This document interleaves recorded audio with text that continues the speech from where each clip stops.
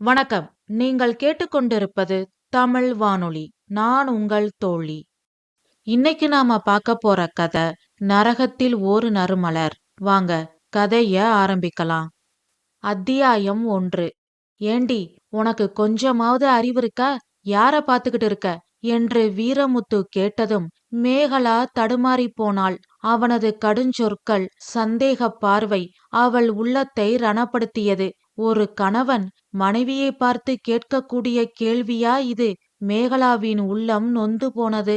நான் யாரையும் பாக்கலைங்க, தேர்ல இருக்கிற சாமியத்தான் பார்த்து கும்பிட்டேன். ஆமா, இவ பெரிய இவ கும்பிட்டதும் என் கஷ்டம் எல்லாம் தீந்துடும்.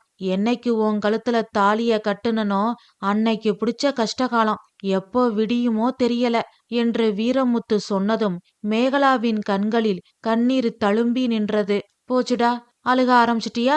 அது எப்படி? கண்ணுல தண்ணி எப்பவுமே ரெடியா இருக்குமோ? ஒன்னு சொல்லிடக்கூடாது, உடனே குழாய திறந்து விட்ட மாதிரி கண்ணுல இருந்து கண்ணீர் கொட்ட ஆரம்பிச்சிருமே. எல்லாம் என் நேரண்டி.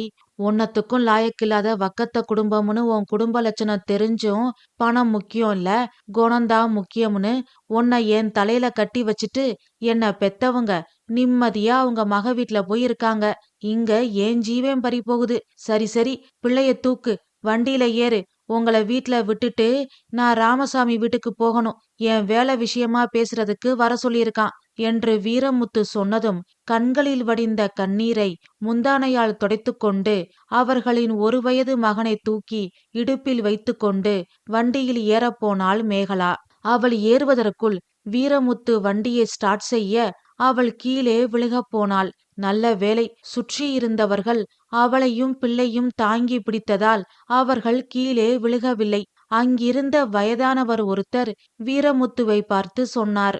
என்னப்பா அவசரம்? சம்சாரம் கையில பிள்ளைய வச்சிருக்குல்ல, நல்லா ஏறி உட்கார்ந்ததும் வண்டி எடுக்க வேண்டியதானே என்று கேட்டார். என்ன பெருசு அட்வைஸா? இவள பத்தி உனக்கு தெரியாது.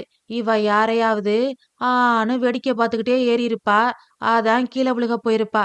இவ பிறந்த வீட்ல இப்ப கூட 5க்கும் 10க்கும் வழி இல்லாம எல்லாரும் அலோலப்படுறாங்க.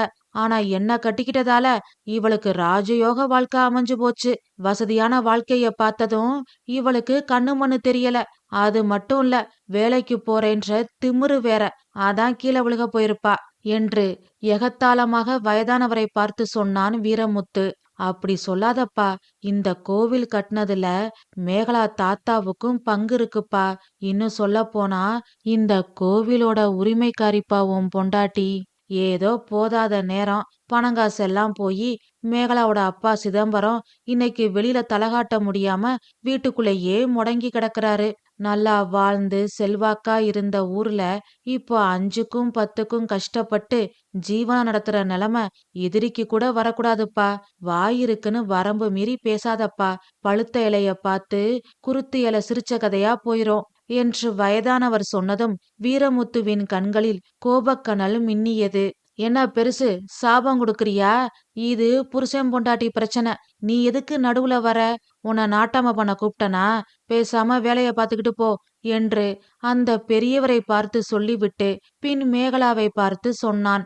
என்னடி, சப்போர்ட்டுக்கு ஆள் கிடைச்சதும் மனசுக்குள்ள ஒரே சந்தோஷமா இருக்கோ? வீட்டுக்கு வா, உனக்கு இருக்கு.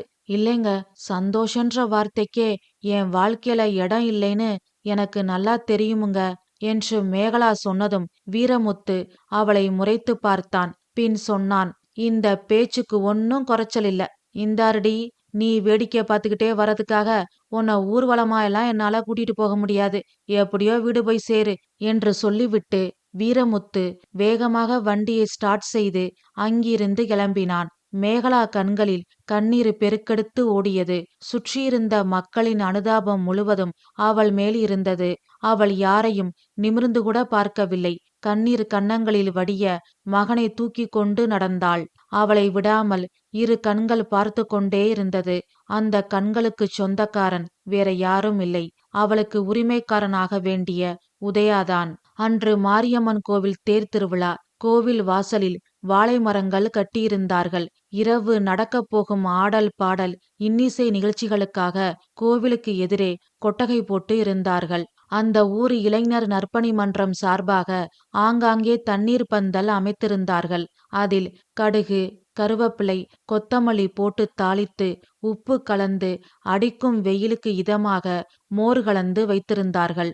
ஒவ்வொரு வீட்டு வாசலிலும் உள்ள பெரிய பெரிய கோலங்களை பார்க்கும் பொழுது அந்த ஊர் பெண்களின் கைவண்ணத்தை நாம் புரிந்து கொள்ளலாம். பட்டு சேலைகளில் இல்லத்தரசிகளும் பட்டு வேஷ்டி சட்டையில் அவர்களின் கணவன்மார்களும் திருவிழாவிற்கு வந்திருக்கும் உறவினர்களை வரவேற்று உபசரித்து கொண்டு இருந்தார்கள். பாவாடை தாவணிகளில் வாலிபர்களின் உள்ளத்தை கொள்ளையடித்துக் கொண்டிருக்கும் இளம் மங்கைகளின் கூட்டம் ஒரு பக்கம், பிரார்த்தனைகளை நிறைவேற்றும் பக்தர்களின் கூட்டம் ஒரு பக்கம், விளையாட்டுப் பொருட்களை வாங்கித்தரச் சொல்லி பெற்றவர்களை நச்சரித்துக் கொண்டிருக்கும் குழந்தைகளின் அழுகுரல் ஒரு பக்கம், நாதஸ்வரம், மேளம் என்று வாத்தியங்களின் இசை ஒரு பக்கம்.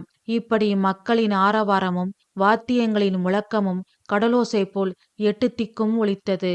அந்த மக்கள் கூட்டத்தில்தான் உதயா அந்த காட்சியை கண்டான். மேகலா படும் இன்னல்களை பார்த்து அவன் துயருற்றான். அவள் விடும் ஒவ்வொரு கண்ணீர் துளிகளும் அவன் இதயத்தை ரணமாக்கியது. எப்படியெல்லாமோ அவர்கள் வாழ்க்கை இருந்திருக்க வேண்டும். ஆனால் அனைத்தும் தலைகீழாக மாறிப்போய்விட்டது. இதெல்லாம் விதியினால் விளைந்ததா, இல்லை மனிதர்களின் சதியினால் நடந்ததா? பகவானுக்கே வெளிச்சம். இந்த கோவில்தான் அவர்கள் சந்திப்பதற்கும் காரணமாக இருந்தது. இதே கோவில்தான் அவர்கள் பிரிவதற்கும் காரணமாக இருந்தது. ஆம், உதயா மேகலா வாழ்க்கையில் இந்த 3 வருடங்களில் எத்தனையோ மாற்றங்கள் நிகழ்ந்துவிட்டது. அனைத்தும் அவன் மனக்கண்ணில் படமாக ஓடியது. அத்தியாயம் 2. அந்த ஊரின் மேலத்தெருவில் எதிரெதிராக ஒரே மாதிரியான 2 பெரிய வீடுகள் இருக்கும். கிழக்கு பார்த்தது போல் இருக்கும் வீட்டின் உரிமையாளர் சிதம்பரம், மேற்கு பார்த்தது போல் இருக்கும் வீட்டின் உரிமையாளர் சொக்கலிங்கம். சிதம்பரத்தின் மனைவி மீனாட்சி. சிதம்பரம் மீனாட்சி தம்பதிகளுக்கு ஒரு மகன், ஒரு மகள். மகன் பெயர் வருண், மகள் பெயர் மேகலா.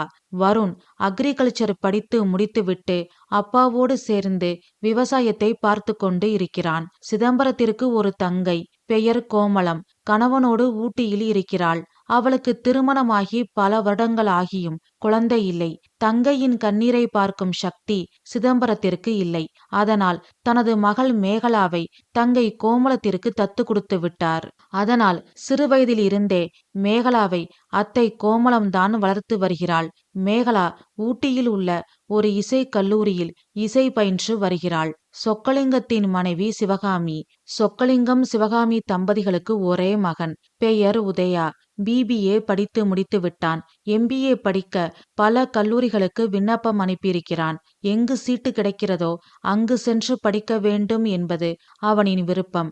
அவனின் அப்பாவிற்கு இருக்கும் செல்வாக்கிற்கு அவன் எங்கு வேண்டுமானாலும் சென்று படிக்கலாம். இவ்வளவு ஏன், அவனுக்காக ஒரு புது கல்லூரியே கட்டித்தர அவன் அப்பாவால் முடியும். ஆனால் அவன் அதனை விரும்பவில்லை. அவனின் மதிப்பெண்ணுக்கு எங்கு மதிப்பு இருக்கிறதோ அங்கு சென்று படிக்க ஆசைப்பட்டான். அதனால் கல்லூரியிலிருந்து வரும் கால் லெட்டருக்காக காத்திருக்கிறான். சிதம்பரம் சொக்கலிங்கத்தின் குடும்பம் தலைமுறை தலைமுறையாக நட்பாக இருக்கும் குடும்பம். இருவரும் நண்பர்கள் மட்டுமல்ல, பிசினஸ் பார்ட்னர்ஸ் கூட. சிதம்பரத்தின் தாத்தா வீரப்பனும் சொக்கலிங்கத்தின் தாத்தா கண்ணப்பனும் சேர்ந்துதான் அந்த மாரியம்மன் கோவிலை கட்டினார்கள்.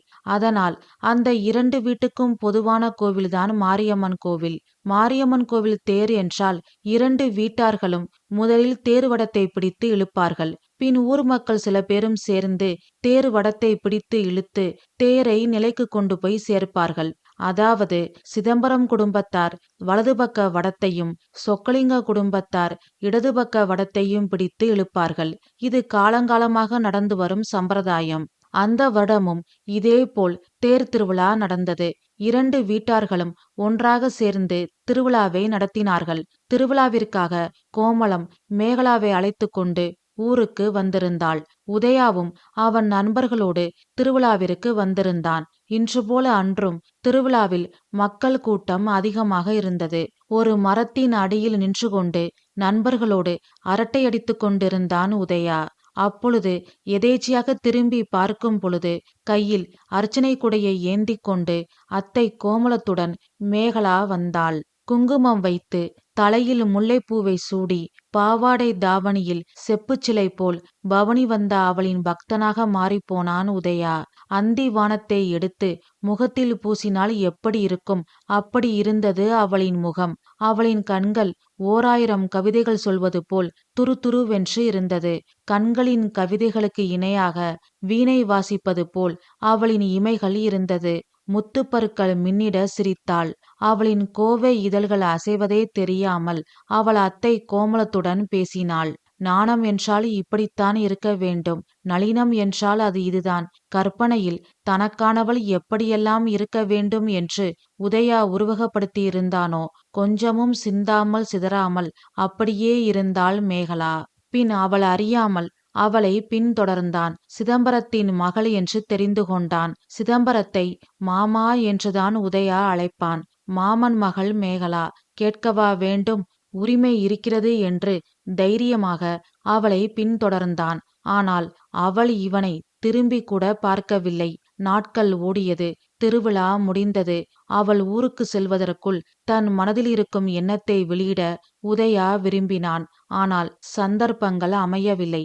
அவளுடன் ஹலோ, எப்படி இருக்கீங்க, இப்படி ஓரிரு வார்த்தைகள் பேசியதோடு சரி. அவளிடம் பேச வேண்டும் என்றால் மட்டும் அவனுக்கு மௌனமே மொழியாகி விடுகிறது. அவள் எதிரில் வந்து விட்டால் போதும். கல் தோன்றி மண் தோன்றா காலத்தே உருவான தமிழ் மொழியில் இருந்து ஒரு வார்த்தையை கூட அவனின் வாய் உச்சரிக்காது. அவளை பார்த்த விழி பார்த்தபடி இருக்கும். காதலை சொல், சொல் என்று அவனின் உள்ளம் மட்டும் அவனிடம் சொல்லிக்கொண்டே இருக்கும். சொல்ல வேண்டும் என்று ஒவ்வொரு நொடியும் நினைப்பான். ஆனால் உள்ளத்தில் இருக்கும் எண்ணங்கள் எல்லாம் வார்த்தைகளாக வராமல் தவிப்பான். இத்தகைய தவிப்பிலேயே காலங்கள் ஓடியது. மேகலா அத்தை கோமலத்தோடு ஊட்டிக்கு கிளம்பினாள். என்ன செய்வது, மீண்டும் எப்படி சந்திப்பது என்று தெரியாமல் உதயா தவித்தான். அந்நிலையில்தான் அவனுக்கு ஊட்டி கல்லூரியில் MBA படிக்க சீட்டு கிடைத்தது. ஊட்டி என்றதும் அவனின் உள்ளம் குளிர்ந்தது. அதற்கு காரணம் உதகையின் குளிர்ச்சியான காலநிலை இல்லை. அதற்கு காரணம் என்ன என்று நான் சொல்லாமலே உங்களுக்கு புரிந்திருக்கும். ஆம், அவன் மனதை ஆட்கொண்டவளை எப்படியும் பார்த்துவிடலாம் என்ற உறுதியான நம்பிக்கையில் அவனின் உள்ளம் துள்ளி விளையாடியது. ஊட்டிக்கு சென்றான். கல்லூரியில் சேர்ந்தான். நண்பர்களோடு ஒரு வீட்டை வாடகைக்கு எடுத்து தங்கினான். அவன் தங்கியிருந்த இடத்திற்கு நேரே ஒரு முதியோர் இல்லம் இருந்தது. தினமும் கல்லூரிக்கு செல்வதும், மாலை நேரங்களில் மேகலாவை தேடுவதும், பின் இரவில் சினிமா பாடல்களை பெரிதாக இறைய விட்டு கொண்டு ரூமில் நண்பர்களோடு ஆட்டம் பாட்டம் என்றும் அவனின் நாட்கள் ஓடியது. இவர்களின் பொழுதுபோக்கு முதியோர் இல்லத்தில் உள்ளவர்களுக்கு பெரும் தொல்லையாக இருந்தது. அதனால் அந்த முதியோர் இல்லத்தின் உரிமையாளர் கனகரத்தினம் காவல் நிலையத்தில் புகார் கொடுத்து விட்டார். காவல் அதிகாரி தீனதயாளன் வந்தார். உதயாவையும் அவனின் நண்பர்களையும் விசாரித்தார். அவர்கள் எல்லாம் கல்லூரி மாணவர்கள் என்றும் பொழுதுபோக்கிற்காக இப்படி செய்கிறார்கள் என்றும் மற்றபடி தவறானவர்கள் அல்ல என்றும் தீனதயாளன் புரிந்து கொண்டார். அதனால் அந்த இளைஞர்களுக்கு அறிவுரை சொல்லி எச்சரித்துவிட்டு சென்றார். வாலிப வயது, இள ரத்தம், தங்களை பற்றி காவல் நிலையத்தில் புகார் கொடுத்து காவல் அதிகாரி வந்து விசாரித்து எச்சரித்து விட்டு சென்றதால் தங்களுக்கு பெரும் அவமானம் ஏற்பட்டு விட்டது என்ற கோபம். நல்லது எது கெட்டது எது என்று பிரித்து பார்த்து பகுத்தாயும் பக்குவம் இல்லாத வயது. அதனால் அந்த முதியோர் இல்ல உரிமையாளர் கனகரத்தினம் மீதும் அந்த இல்லத்தின் மீதும் உதயாவிற்கும் அவனின் நண்பர்களுக்கும் தீரா கோபம் ஏற்பட்டது. அதனால் முன்பை விட இன்னும் அதிகமாக சவுண்டு வைத்து பாட்டை அலறவிட்டார்கள். கத்தினார்கள், கூச்சலிட்டார்கள். இந்த பழக்கம் வழக்கமாகிக் கொண்டே போனது. கனகரத்தினம் மீண்டும் காவல் நிலையத்திற்கு சென்று புகார் கொடுக்கலாம் என்று முடிவெடுத்தார். ஆனால் அங்கிருந்த வயதானவர்கள் தடுத்தார்கள். ஏற்கனவே புகார் கொடுக்க போய்தான் அவர்களின் ஆட்டம் முன்பை விட அதிகமாக இருக்கிறது. மீண்டும் புகார் கொடுத்தால் என்னவாகுமோ என்று பயந்து அவரை தடுத்தார்கள். அவர்கள் சொல்வதிலும் நியாயம் இருக்கிறது என்று கனகரத்தினம் காவல் நிலையத்தில் புகார் கொடுக்கும் முடிவை கைவிட்டார். வேறு என்ன செய்யலாம் என்று யோசித்து கொண்டு இருந்தார். அத்தியாயம் 3. நாட்கள் கடந்தது. ஒரு நாள் அந்த இல்லத்திற்கு மேகலா வேலை கேட்டு வந்திருந்தாள். கனகரத்தினத்தை சந்தித்து பேசினாள். மேகலாவின் பொறுமை, அன்பான குணம், மென்மையான சுபாவம் அனைத்தும் கனகரத்தினத்திற்கு பிடித்திருந்தது. மேகலாவை பார்த்து கனகரத்தினம் கேட்டார், நீ சொன்னதிலிருந்து உங்க குடும்பம் பணக்கார குடும்பம் மாதிரி தெரியுது. அப்படி இருக்கும்போது நீ ஏமா வேலைக்கு வரணும்? நான் பணத்துக்காக வரல சார், சேவை செய்யறதுக்காக வரேன். எப்பவுமே பணம், போட்டி, வெற்றி இதுக்கு பின்னாடியே ஓடுற எந்திர வாழ்க்கை எனக்கு பிடிக்கல. நான் பணத்தை விட மனித மனங்களை அதிகமா சம்பாதிக்க ஆசைப்படுறேன். அந்த உயர்ந்த உள்ளம் படைத்தவர்கள் உங்க இல்லத்துல நிறைய பேர் இருக்காங்க. அவங்களுக்கு சேவை செய்யறது மூலமா அவங்களோட அன்பையும் அனுபவத்தையும் பெற எனக்கு இது ஒரு வாய்ப்பா இருக்கும். அதுக்காகத்தான் நான் இங்க வேலைக்கு வர ஆசைப்படுறேன் என்று மேகலா சொன்ன பதிலை கேட்டு ஒரு கணம் பிரமித்து போனார் கனகரத்தினம். இந்த காலத்தில் இப்படியும் ஒரு பெண்ணா வயதானவர்களுக்கு சேவை செய்வதை இவள் வேறு கோணத்தில் புதிதாக பார்க்கிறாளே என்று சிந்தித்து சில நேரம் பேச முடியாமல் அமைதியாக இருந்தார். அவரின் அமைதியை பார்த்த மேகலா கேட்டாள், சார், நான் ஏதாவது தப்பா சொல்லிட்டேனா என்று மேகலா கேட்டதும் பிரமிப்பில் இருந்து கனகரத்தினம் மீண்டார். பின் சொன்னார், சேச்ச, இந்த காலத்துல இப்படியும் ஒரு பொண்ணான்னு எனக்கு வியப்பா இருக்கு. நீ இன்னைக்கே வேலையில சேரலாம். ஆனா ஒரு கண்டிஷன். என்ன கண்டிஷன் சார்? உனக்கு இங்க முதல்ல நைட் டியூட்டி தான். ஏன்னா நைட் டியூட்டி பாக்குற கோமதிக்கு உடம்பு சரியில்லையா, அதனால அவ வர வரைக்கும் நீ தான் நைட் டியூட்டி பார்க்கணும். உனக்கு ஓகேவா? Okay sir. நான் எத்தனை மணிக்கு வரணும்? சரியா 6 மணிக்கு வந்துருமா. காலையில 6 மணிக்கு நீ கிளம்பிரலாம். ஓகே சார், நான் சரியா 6 மணிக்கு வந்துடுறேன் என்று சொல்லிவிட்டு புன்னகையோடு அங்கிருந்து சென்றாள். அந்த முதியோர் இல்லத்தின் சுவர் கடிகாரத்தில் 6 அடிக்கவும் மேகலா உள்ளே நுழையவும் சரியாக இருந்தது. கனகரத்தினம் இதனை கவனித்தார். பின் யாரும் பார்க்காத வண்ணம் புன்னகைத்தார். அதன் பிறகு அங்கு வேலை செய்யும் சுகந்தியை அழைத்து மேகலாவிற்கு அனைத்தையும் சொல்லிக் கொடுக்க சொன்னார். சுகந்தி சொன்னதை கவனமாக கேட்டுக்கொண்டாள் மேகலா. பின் சுகந்தி சென்றதும் அந்த இல்லத்தை நன்றாக கவனித்துக்கொள் என்று மேகலாவிடம் சொல்லிவிட்டு கனகரத்தினம் அங்கிருந்து கிளம்பினார். அங்கிருக்கும் பெரியவர்களுடன் மேகலா நன்றாக பேசினாள், பழகினாள். ஒவ்வொருவரும் அவர்களுக்கு பிடித்த பழைய சினிமா பாடல்களை சொல்ல அந்த பாடல்களின் வரியை இணையதளத்தில் இருந்து எடுத்து அதனை பார்த்து கொண்டே அந்த பாடல்களை பாடி அவர்களை சந்தோஷப்படுத்தினாள். இசைக்கல்லூரியில் பயின்றவள் இல்லையா, கேட்கவா வேண்டும். அவளின் தேன்மதுர குரலோசையில் அந்த வயதானவர்கள் மெய்மறந்தார்கள். அப்பொழுது இரவு 9 மணி இருக்கும். அந்த முதியோர் இல்லத்தில் உள்ள வயதானவர்கள் அனைவரும் சாப்பிட்டு படுத்து விட்டார்கள். அப்பொழுது எதிர் வீட்டில் இருந்து பயங்கர சத்தத்தோடு பாட்டு சத்தமும் கூச்சலும் கேட்டது. மேகலாவிற்கு திடுக்கென்று தூக்கி வாரி போட்டுவிட்டது. வெளியில் வந்து பார்த்தாள். மக்கள் எல்லோரும் அவரவர் வேலையை பார்த்து கொண்டு இருந்தார்கள். யாரும் இதனை கண்டுகொள்ளவில்லை. இன்னும் சொல்ல போனால் யாரும் இதனை ஒரு விஷயமாக கூட பொருட்படுத்தவில்லை. ஆனால் மேகலாவிற்கு இந்த பேர் இரைச்சல் பெரும் தொந்தரவாக இருந்தது. சத்தத்தில் அவளுக்கு தலைவலி உண்டானது. என்ன செய்யலாம், யாரிடம் கேட்கலாம் என்று யோசித்து கொண்டே அந்த இல்லத்தின் வரவேற்பறையில் இருக்கும் சோஃபாவில் வந்து உட்கார்ந்தாள். அப்பொழுது அந்த இல்லத்தில் நைட் டியூட்டி பார்க்கும் கேசவன் வந்தான். சோஃபாவில் உட்கார்ந்திருக்கும் மேகலாவை பார்த்து கேட்டான், என்னக்கா, தூக்கம் வரலையா?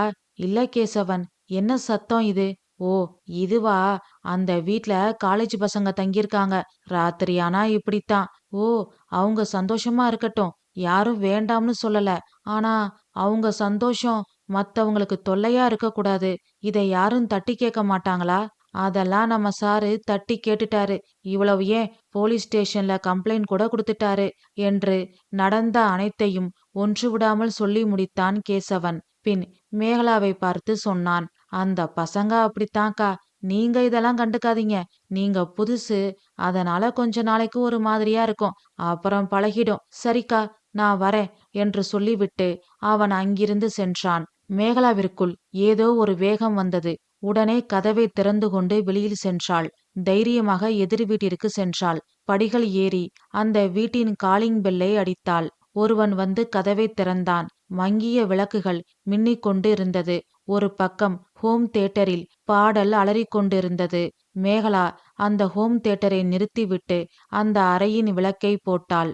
எல்லோரும் அமைதியாக அவளை பார்த்தார்கள். அவளை பார்த்து உதயா ஸ்தம்பித்து போனான். பின் தன்னை அவள் பார்த்து விடாதபடி நண்பனின் பின்னால் மறைந்து கொண்டான். ஆனால் அவள் யாரையும் கவனமாக பார்க்கவில்லை. பொதுவாக எல்லோரையும் பார்த்து கேட்டாள், நான் ஒரு 2 நிமிஷம் பேசலாமா என்று மேகலா கேட்டதும் உதயாவின் நண்பன் ஒருவன் சொன்னான், தாராளமா பேசுங்க, ரொம்ப நன்றி. நீங்க எல்லாம் படிக்கிற ஸ்டூடெண்ட்ஸ், உங்களுக்கு நான் சொல்ல வேண்டியது இல்ல. இருந்தாலும் சொல்ல வேண்டியது என் கடமை. எதிர்ல முதியோர் இல்லம் இருக்கு. அங்க இருக்கிற எல்லாரும் வயசானவங்க. ஏற்கனவே பிள்ளைகளால, சொந்தக்காரங்களால கைவிடப்பட்டு மனசு நொந்து போயிருக்காங்க. இப்போ அவங்கள தூங்க விடாம பண்ணி அவங்க உடல் நலத்தையும் கெடுத்தா எப்படி? உங்க வீட்ல தாத்தா, பாட்டி, அப்பா, அம்மா இருந்தா இப்படித்தான் பாட்ட சத்தமா வச்சு கேட்டு அவங்க தூக்கத்த கெடுப்பீங்களா? நம்மால 4 பேருக்கு நல்லது நடக்காட்டியும் பரவால்ல. கெட்டது நடக்காம பாத்துக்கலாம் இல்லையா? இது உங்க தனிப்பட்ட சந்தோஷம். இதுல தலையிட எங்க யாருக்கும் உரிமை இல்ல. ஆனா உங்களோட தனிப்பட்ட சந்தோஷம் அடுத்தவங்களுக்கு கஷ்டத்த குடுக்க கூடாது. தயவு செஞ்சு சத்தத்த குறைச்சு வச்சு பாட்டு கேளுங்க என்று மடை திறந்த வெள்ளம் போல் மடமடவென்று பேசிவிட்டு அங்கிருந்து சென்றாள். அவள் யார் முகத்தையும் சரியாக கூட கவனிக்கவில்லை. அத்தியாயம் 4. தன்னால் முடிந்த ஒரு சின்ன முயற்சி என்று நினைத்துதான் எதிர் வீட்டிற்கு சென்று பேசினாளே தவிர அதற்கு பலன் கிடைக்கும் என்று அவள் கனவிலும் கூட நினைக்கவில்லை. மறுநாள் மாலை மேகலா வேலைக்கு வந்தாள். அவள் வந்ததும் கனகரத்தினமும் அந்த இல்லத்திலிருந்த அனைவரும் வந்து அவளை பாராட்டினார்கள். மேகலாவிற்கு ஒன்றும் புரியவில்லை. கனகரத்தினம் சொன்னார், நீ என்ன மாயம் பண்ணியோ தெரியல மேகலா. எதிர் வீட்டு பசங்க இன்னைக்கு காலையில நம்ம இல்லத்துக்கு வந்தாங்க. நேத்து ராத்திரி நீ அங்க போய் பேசுனத பத்தி சொன்னாங்க. அது மட்டும் இல்ல, அவங்க தப்ப உணர்ந்து மன்னிப்பு கேட்டாங்க. இனிமே இப்படி பண்ண மாட்டோம்னு சொல்லிட்டு போயிருக்காங்க. ஒரு காவல் அதிகாரியோட அதிகாரத்துக்கு பயப்படாதவங்க உன்னோட அன்பான அறிவுரைக்கு அடங்கி போயிட்டாங்க. வாழ்த்துக்கள் மேகலா என்று சொல்லிவிட்டு கனகரத்தினம் அங்கிருந்து சென்றார். பின் எல்லோரும் அவரவர் வேலையை பார்த்து கொண்டு இருந்தார்கள். இரவு 7 மணி இருக்கும். ஜன்னல் அருகில் உட்கார்ந்து மேகலா ரிஜிஸ்டரில் ஏதோ எழுதி கொண்டு இருந்தாள். அப்பொழுது அங்கு உதயா வந்தான். தொண்டையை கனைத்துக்கொண்டு மேகலா என்றான். மேகலா நிமிர்ந்து பார்த்தாள். ஏ உதயா, நீங்க எப்படி இங்க?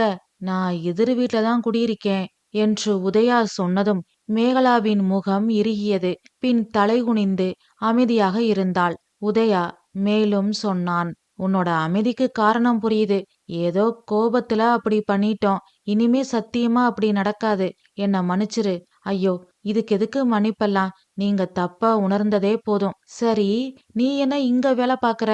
ஃபைனல் எக்ஸாம் முடிச்சிட்டேன். சும்மா இருக்க போர் அடிச்சுது. அது மட்டும் இல்ல என்று ஆரம்பித்து அவளின் சேவை செய்யும் விருப்பத்தை பற்றி சொன்னாள். அவள் சொன்னதை கேட்டு அவனின் உள்ளத்தில் அவள் இன்னும் ஒருபடி உயர்ந்து விட்டாள். பின் அவன் படிக்கும் கல்லூரியின் பெயரை சொல்லி MBA படிப்பதாக சொன்னான். இருவரும் கொஞ்சம் கொஞ்சமாக நன்றாக பேச ஆரம்பித்தார்கள். தயக்கம் போய் தங்கு தடையின்றி மேகலாவுடன் உதயா பேச ஆரம்பித்தான். பின் அவளை பார்த்து கேட்டான், நான் இந்த ஆசிரமத்துக்கு நன்கொடை கொடுக்க ஆசைப்படுறேன். யார பார்த்து பேசணும்? நாளைக்கு காலையில சாரு வருவாரு. அவரை பார்த்து பேசுங்க. சரி மேகலா, நான் வரேன் என்று சொல்லிவிட்டு உதயா அங்கிருந்து கிளம்பினான். பின் உதயா அடிக்கடி அங்கு வர ஆரம்பித்தான். அந்த இல்லத்திற்கு நன்கொடை வழங்கினான். அங்கிருந்த அனைவரிடமும் நன்றாக பேசி பழகினான். நாட்கள் சென்றது. மேகலாவிற்கு டே ஷிப்ட் மாற்றப்பட்டது. அன்றிலிருந்து காலையில் அவளை அவள் வீட்டிலிருந்து பிக்கப் பண்ணுவதும் மாலையில் அவளை டிராப் செய்வதும் உதயாதான். கல்லூரி விடுமுறை நாட்களில் ஜன்னல் வழியாக மேகலாவை பார்த்து கொண்டே இருப்பான். இது அனைத்தையும் மேகலா கவனித்தாள். அவளுக்குள்ளும் ஏதோ ஒரு ஹார்மோன் மாற்றம் நடந்தது. ஆனால் அதனை அவள் வெளிக்காட்டிக் கொள்ளவில்லை. அவனின் கண்களை நேருக்கு நேர் பார்க்க தயங்கினாள். அவளின் இதயம் படபடத்தது. அவளுக்குள் நடக்கும் இந்த மாற்றங்களை பற்றி அவள் சிந்திக்க ஆரம்பித்தாள். அவனிடம் ஓர் ஈர்ப்பு. அவனை பார்த்ததும் ஹார்மோன்களின் துள்ளல். அவன் அருகில் வந்ததும் உடம்பிற்குள் நடக்கும் வேதியியல் மாற்றங்கள். இது அனைத்தும் எனக்குள் அளவற்ற சந்தோஷத்தை கொடுக்கிறது. இதற்கு பேர்தான் காதலா? ஒருவேளை தொடர்ச்சியாக எங்களுடைய இன்ப துன்பங்களை, சுக துக்கங்களை நாங்கள் ஒருவருக்கு ஒருவர் பகிர்ந்து கொண்டதன் விளைவாக இருவரின் எண்ணங்களும் செயல்களும் ஒன்றாக இருக்கிறது என்று என் மனம் நினைத்ததால் வந்த விளைவா? இல்லை, அவனுடன் பேசி பழகியதால் அவன் எனக்கானவன் என்று எனக்குள் தோன்றியதன் விளைவா இந்த காதல் என்று மேகலா சிந்திக்க ஆரம்பித்தாள். இந்த காதல் இருக்கிறதே, இது ஒரு மாயாவி. இது இப்படித்தான் என்று இதற்கு எந்த வரைமுறையும் கிடையாது. 100க்கு 35 எடுத்தால்தான் பாஸ் என்ற வரைமுறை இருப்பது போல் இப்படி இருந்தால்தான் காதல் வரும், இப்படி இருந்தால் காதல் வராது என்ற எந்த வரைமுறையும் கிடையாது. படிப்பு, அந்தஸ்து, வேலை, அழகு இப்படி எதையும் பார்த்து காதல் வராது. நல்ல உள்ளத்தை பார்த்து மட்டும்தான் காதல் வரும். மேகலாவின் உள்ளத்தில் உதயாவின் மீது காதல் வந்தது. மேகலாவும் தன்னை விரும்புகிறாள் என்று அவளின் நடவடிக்கையில் இருந்து அவன் புரிந்து கொண்டான். வார்த்தையால் சொன்னால்தான் காதலா என்ன? இருவரும் காதலிக்க ஆரம்பித்தார்கள். நாட்கள் மாதங்கள் ஆனது.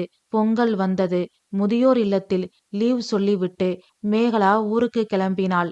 உதயாவும் அவளுடன் கிளம்பினான். இருவரும் ஒன்றாக ஊருக்கு வந்தார்கள். எந்நேரமும் ஒன்றாகவே இருந்தார்கள். ஒன்றாகவே ஊர் சுற்றினார்கள். இவர்களின் நடவடிக்கையை பார்த்த பெரியவர்கள் கூடி பேசினார்கள். ஊட்டியிலிருந்து கோமளத்தையும் வரவழைத்து பேசினார்கள். கோமளம் தெளிவாக சொல்லிவிட்டாள். அவ விருப்பந்தான் என் விருப்பம், எனக்கு இதுல எந்த ஆட்சேபனையும் இல்ல என்று உறுதியாக சொல்லிவிட்டாள். பின் சிதம்பரம் குடும்பத்தாரும் சொக்கலிங்கம் குடும்பத்தாரும் கூடி பேசினார்கள். அந்த வருடம் மாரியம்மன் கோவில் கும்பாபிஷேகம் வருகிறது. அதனால் கும்பாபிஷேகம் முடிந்ததும் உதயா மேகலா திருமணம் என்று இரு வீட்டாரும் பேசி நாள் குறித்தார்கள். திருமண தேதி குறித்ததும் உதயா மேகலா உள்ளத்தில் இன்னிசை இசைக்க ஆரம்பித்தது. ஆனந்த வெள்ளத்தில் மூழ்கி போனார்கள். ஆனால் அவர்களின் சந்தோஷம் வெகு நாட்கள் நீடிக்கவில்லை. ஆம், விதி அவர்கள் வாழ்க்கையில் கருணையே இல்லாமல் விளையாட ஆரம்பித்தது. அத்தியாயம் 5.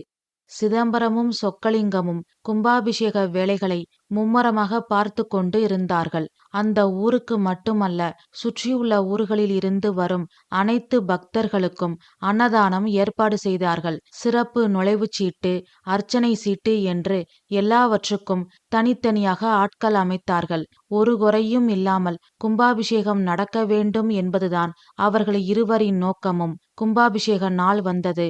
அந்த ஊரே பரபரப்பாகவும் சந்தோஷமாகவும் இருந்தது. கும்பாபிஷேகம் முடிந்து பூசாரி பரிவட்டத்தை சிதம்பரத்திற்கு கட்டிவிட்டு அம்மனுக்கு அர்ச்சனை செய்ய கருவறைக்குள் சென்றார். அவ்வளவுதான், பிரச்சனை பூகம்பமாக வெடித்தது. பூசாரி, இன்னொரு பரிவட்டம் எங்க என்று கோபமாக கேட்டார் சொக்கலிங்கம். ஐயா, ஒரு பரிவட்டம்தான். அதான், அப்போ அந்த பரிவட்டத்தை எனக்குத்தானே கட்டியிருக்கணும் என்று சொக்கலிங்கம் கோபமாக கேட்டதும் சிதம்பரம் சொன்னார். சொக்கு, கோவப்படாத. நாமக்குள்ள யாருக்கு கட்டுனா என்ன? என்ன சிதம்பரம், திட்டம் போட்டு என்னை அவமானப்படுத்திட்டு இப்போ ஒன்னும் தெரியாத மாதிரி நல்லவை மாதிரி நடிக்கிறியா? நான் திட்டம் போட்டு அவமானப்படுத்துறனா? என்ன சொல்ற சொக்கு? போதும், நிறுத்து. இனியும் உன் நாடகத்தை நம்ப நான் தயாரா இல்ல. இந்த கோவில கட்டினதுல என் தாத்தாவுக்கும் பங்கு இருக்கு. அதனால 2 பரிவட்டத்துக்கு நீ ஏற்பாடு பண்ணியிருக்கணும். அதை விட்டுட்டு நீ எப்படி ஒரு பரிவட்டத்துக்கு ஏற்பாடு பண்ணலாம்? எனக்கு இந்த பரிவட்டம் கட்டுற விஷயமே தெரியாது. எனக்கே இப்பதான் தெரியும் என்று சிதம்பரம் சொன்னதும் பூசாரி சொன்னார். ஆமாங்கய்யா, சிதம்பரம் ஐயாவுக்கு இத பத்தி தெரியாது. நீங்க நண்பர்கள் மட்டும் இல்ல, இப்போ சம்மந்தி வேற ஆகப் போறீங்க. அதான் ஒரு பரிவட்டத்துக்கு நான் தான் ரெடி பண்ணேன். அப்படினாலும் பையனோட அப்பா நான் தானே, எனக்குத்தான் நீங்க பரிவட்டம் கட்டி இருக்கணும் என்று சொக்கலிங்கம் சொன்னதும் உதயா சொன்னான். அப்பா, என்னப்பா நீங்க இந்த காலத்துல போய் பையனை பெத்தவன் பொண்ணை பெத்தவேன்னு பேசிக்கிட்டு என்று உதயா சொன்னதும் சொக்கலிங்கம் கண்களில் அனல் வீசியது. உதயா, இந்த கோவில கட்டினதுல உங்க தாத்தாவுக்கும் பங்கு இருக்கு. அவனுக்கு மட்டும் பரிவட்டம் கட்டினா என்னடா அர்த்தம்? அப்போ நாம இந்த கோவிலுக்காக ஒண்ணுமே செய்யலையா? அப்படி இல்லப்பா, 2 குடும்பமும் ஒரே குடும்பம்னு நினைச்சுதான் பூசாரி அப்படி பண்ணிட்டாரு என்று உதயா சொன்னதும் சொக்கலிங்கம் சிதம்பரத்தை பார்த்து சொன்னார். சிதம்பரம், உன் பொண்ணு பயங்கரமான ஆளு. இன்னும் கல்யாணமே நடக்கல. அதுக்குள்ள உங்களுக்கு ஆதரவா பேசுற மாதிரி என் மகனை மயக்கி கைக்குள்ள போட்டுக்கிட்டாளே. பேஷ் பேஷ் என்று சொக்கலிங்கம் சொன்னதும் மேகலா கண்களில் கண்ணீர் வடிந்தது. அப்பா, என்னடா அப்பா, பெத்த அப்பேன் ஊரு முன்னாடி அவமானப்பட்டு நிக்கிறேன். எனக்கு ஆதரவா பேசாம மாமனார் வீட்டுக்கு ஜிங்ஜா அடிச்சுக்கிட்டு நிக்கிற, வெக்கமா இல்ல என்று சொக்கலிங்கம் கேட்டதும் உதயா பதில் சொல்ல போனான். அப்பொழுது எதிர் திசையில் இருந்து மேகலா கையெடுத்து கும்பிட்டு வேண்டாம் என்று தலையாட்டினாள். அதனால் உதயா அமைதியாக இருந்தான். பின் சிதம்பரமும் ஊருக்காரர்களும் எவ்வளவோ பேசி பார்த்தார்கள். சொக்கலிங்கம் அந்த பிரச்சனையை விடுவதாக இல்லை. இருந்தாலும் கோவில் காரியம், சாமி விஷயம் பாதியில் நின்றக்கூடாது என்பதற்காக சொக்கலிங்கம் பொறுமையாக இருந்தார். கும்பாபிஷேகம் முடிந்ததும் சொக்கலிங்கம் வீட்டிற்கு சிதம்பரம் குடும்பத்தினர் வந்தார்கள். அவர்களை வாங்க என்று கூட சொக்கலிங்கம் வரவேற்கவில்லை. உதயாவை கீழே வரக்கூடாது என்றும் அவன் அறைக்குள்ளேயே இருக்க வேண்டும் என்றும் சொக்கலிங்கம் உத்தரவிட்டிருந்தார். அதனால் அவனின் அறைக்குள் உதயா நெருப்பில் நிற்பது போல் துடித்துக்கொண்டு இருந்தான். சிதம்பரம் பேச ஆரம்பித்தார். சொக்கு, நடந்த விஷயத்துக்கும் எனக்கும் எந்த சம்பந்தமும் இல்ல. வேணும்னா ஊருக்காரங்க முன்னாடி உனக்கும் பரிவட்டம் கட்ட சொல்றேன்.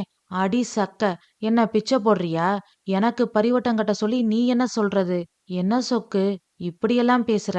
இங்க பாரு சிதம்பரம், நமக்குள்ள இருந்த நட்பு உறவு எல்லாம் முடிஞ்சு போச்சு. இனிமே நீங்க யாரோ நாங்க யாரோ, நம்ம தொழில் ரீதியான பார்ட்னர்ஷிப் எல்லாத்தையும் நாளைக்கே கேன்சல் பண்ணிரலாம். ஆடிட்டரும் வக்கீலும் நாளைக்கு வந்துருவாங்க. அப்புறம் அந்த கோவில் பொறுப்பெல்லாம் என்னோடது.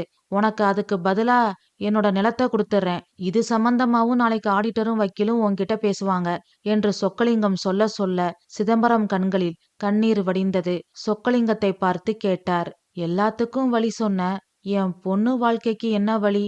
என் பொண்ணுக்கும் உன் பையனுக்கும் நடக்க இருக்கிற கல்யாணம் என்று சிதம்பரம் சொல்லி முடிப்பதற்குள் சொக்கலிங்கம் ஆவேசமாக கத்தினார். நிறுத்து! கல்யாணமா கல்யாணம்? கல்யாணத்துக்கு முன்னாடியே என் மகனை மயக்கிட்டா. நல்லா வளர்த்திருக்கா உன் தங்கச்சி உன் மகள என்று சொக்கலிங்கம் சொன்னதும், போதும் நிறுத்து என்று சிதம்பரம் கத்தினார். ஏய், கத்தாத! உண்மைய சொன்னா கசக்குதோ? இப்ப சொல்றேன் கேட்டுக்கோ. கோவில் கும்பாபிஷேகத்துல எப்படி அவமானப்பட்டு நான் நின்னனோ அப்படி ஒவ்வொரு நாளும் நீ அவமானப்பட்டு நிக்கணும். உன் மகளும் என் மகனும் காதலிச்சது இந்த ஊர் முழுக்க தெரியும். உன் மகளை எவன் கட்டிக்கிறான்னு நான் பாக்குறேன். உன்னையும் உன் குடும்பத்தையும் நான் வாழ விட மாட்டேன். முதல்ல என் வீட்டை விட்டு வெளியில போங்க என்று சொக்கலிங்கம் கத்தியதும் சிதம்பரம் தலை நிமிர்ந்து கேட்டார். அதே நிலைமைதான் ஓ மகனுக்கும். அவனும் என் பொண்ணும் காதலிச்சது இந்த ஊர் முழுக்க தெரியும். இந்த காலத்துல பொண்ணுங்க எல்லாம் ரொம்ப விவரம். இந்த விஷயம் தெரிஞ்சா உன் மகனை யார் கட்டிப்பா? என் மச்சான் மக வைஷ்ணவி. இப்பதான் போன்ல சம்மந்தம் பேசி முடிச்சேன். வைஷ்ணவிக்கு எல்லா விஷயமும் தெரியும். தெரிஞ்சுதான் இந்த கல்யாணத்துக்கு சம்மதம் சொல்லியிருக்கா. என் மகன் கல்யாணத்தை கோலாகலமா நடத்த போறேன். நீ எப்படி உன் மக கல்யாணத்தை நடத்துறேன்னு நான் பாக்குறேன் என்று சொக்கலிங்கம் சொன்னதும் சிதம்பரம் குடும்பத்தார்கள் தலை குனிந்தபடி அங்கிருந்து வெளியில் வந்தார்கள். மோட்டு வளையத்தை வெறித்து பார்த்தபடி ஈசி சேரில் சாய்ந்து உட்கார்ந்திருந்தார் சிதம்பரம். மீனாட்சியின் கண்களில் கண்ணீர் ஆறாக பெருகி ஓடியது.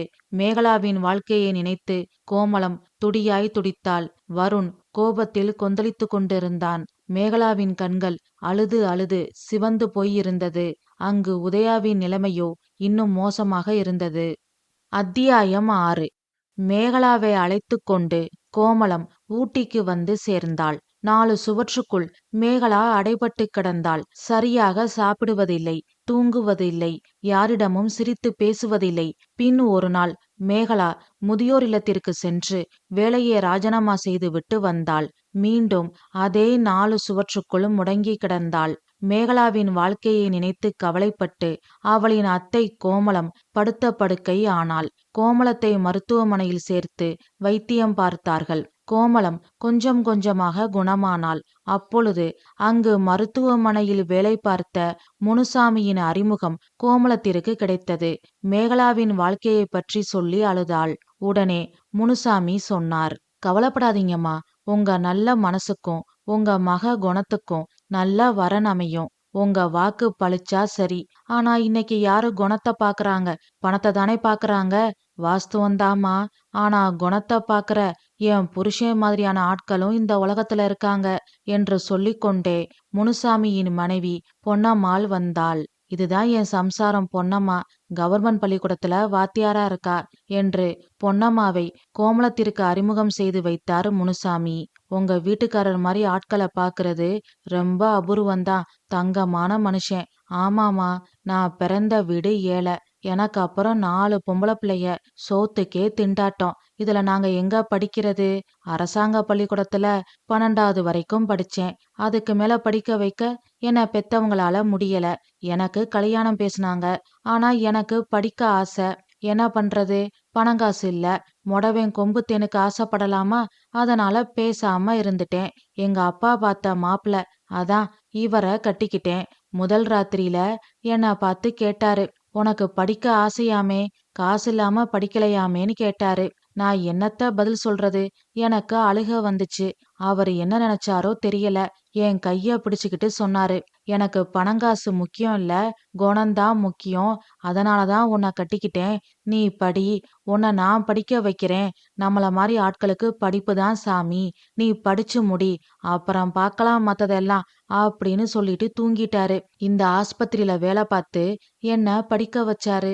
நான் படிச்சு பள்ளிக்கூட வாத்தியார் ஆயிட்டேன். எனக்கு கிடைக்கிற பேருக்கும் புகழுக்கும் காரணம் என் புருஷன்தான் என்று முனுசாமியை பற்றி பொன்னம்மாள் சொன்னதும் முனுசாமி வெட்கப்பட்டு கொண்டு தலை குனிந்து நின்றார். சும்மா இரு பொன்னம்மா என்று செல்லமாக கோபித்து கொண்டார். இவர்களின் அந்யோன்யத்தையும் இவர்களுக்குள் இருக்கும் புரிதலையும் பார்த்து கோமளம் பிரமித்து போனாள். பின் சொன்னாள், இப்படி ஒரு புருஷன் கிடைக்க நீங்க குடுத்து வச்சிருக்கணும். உண்மைதாமா. உங்களுக்கு எத்தனை பசங்க? ஒரு பையன் ஒரு பொண்ணு. என்ன பண்றாங்க? பொண்ண கட்டி கொடுத்துட்டோம். காதல் கல்யாணம்தான். என் பொண்ணு ஒருத்தரை காதலிக்கிறதா சொன்னா. அந்த பையனை கூப்பிட்டு பேசினோம். எங்களுக்கு ரொம்ப பிடிச்சிருந்தது. கல்யாணத்தை முடிச்சிட்டோம். என் பொண்ண நல்லா பாத்துக்கிறாரு. இன்னும் சொல்ல போனா நாங்களா பாத்திருந்தா கூட இப்படி ஒரு மாப்பிளை கிடைச்சிருக்க மாட்டாரு என்று பொன்னம்மா சொன்னதை கேட்டு கோமளத்திற்கு மேகலா நினைவு வந்துவிட்டது. அவள் விரும்பிய வாழ்க்கையை அமைத்து கொடுக்க முடியவில்லையே என்று கோமளம் வருத்தப்பட்டாள். அவளின் கண்ணீரை பார்த்து பொன்னம்மாள் பதறிப்போய் கேட்டாள், ஐயோ, ஏம்மா அழுகுறீங்க? ரொம்ப முடியலையா? டாக்டரை வர சொல்லவா? அதெல்லாம் ஒண்ணும் வேண்டாம். உங்க பொண்ண பத்தி சொன்னதும் என் மகன் ஞாபகம் வந்துருச்சு என்று கோமளம் சொன்னதும் பொன்னம்மாள் முனுசாமியை பார்த்தாள். மேகலாவின் கதை முழுவதையும் முனுசாமி பொன்னம்மாளிடம் சொன்னார். அதை கேட்டு பொன்னம்மாள் திகைப்புற்றாள். பின் சொன்னாள், இப்படியும் மனுஷங்க இருப்பாங்களா? பெரியவங்க பிரச்சனை பெரியவங்களுக்குள்ள, இதுக்காக சின்ன பிள்ளைக வாழ்க்கையை கெடுக்கலாமா? என்னம்மா பண்றது?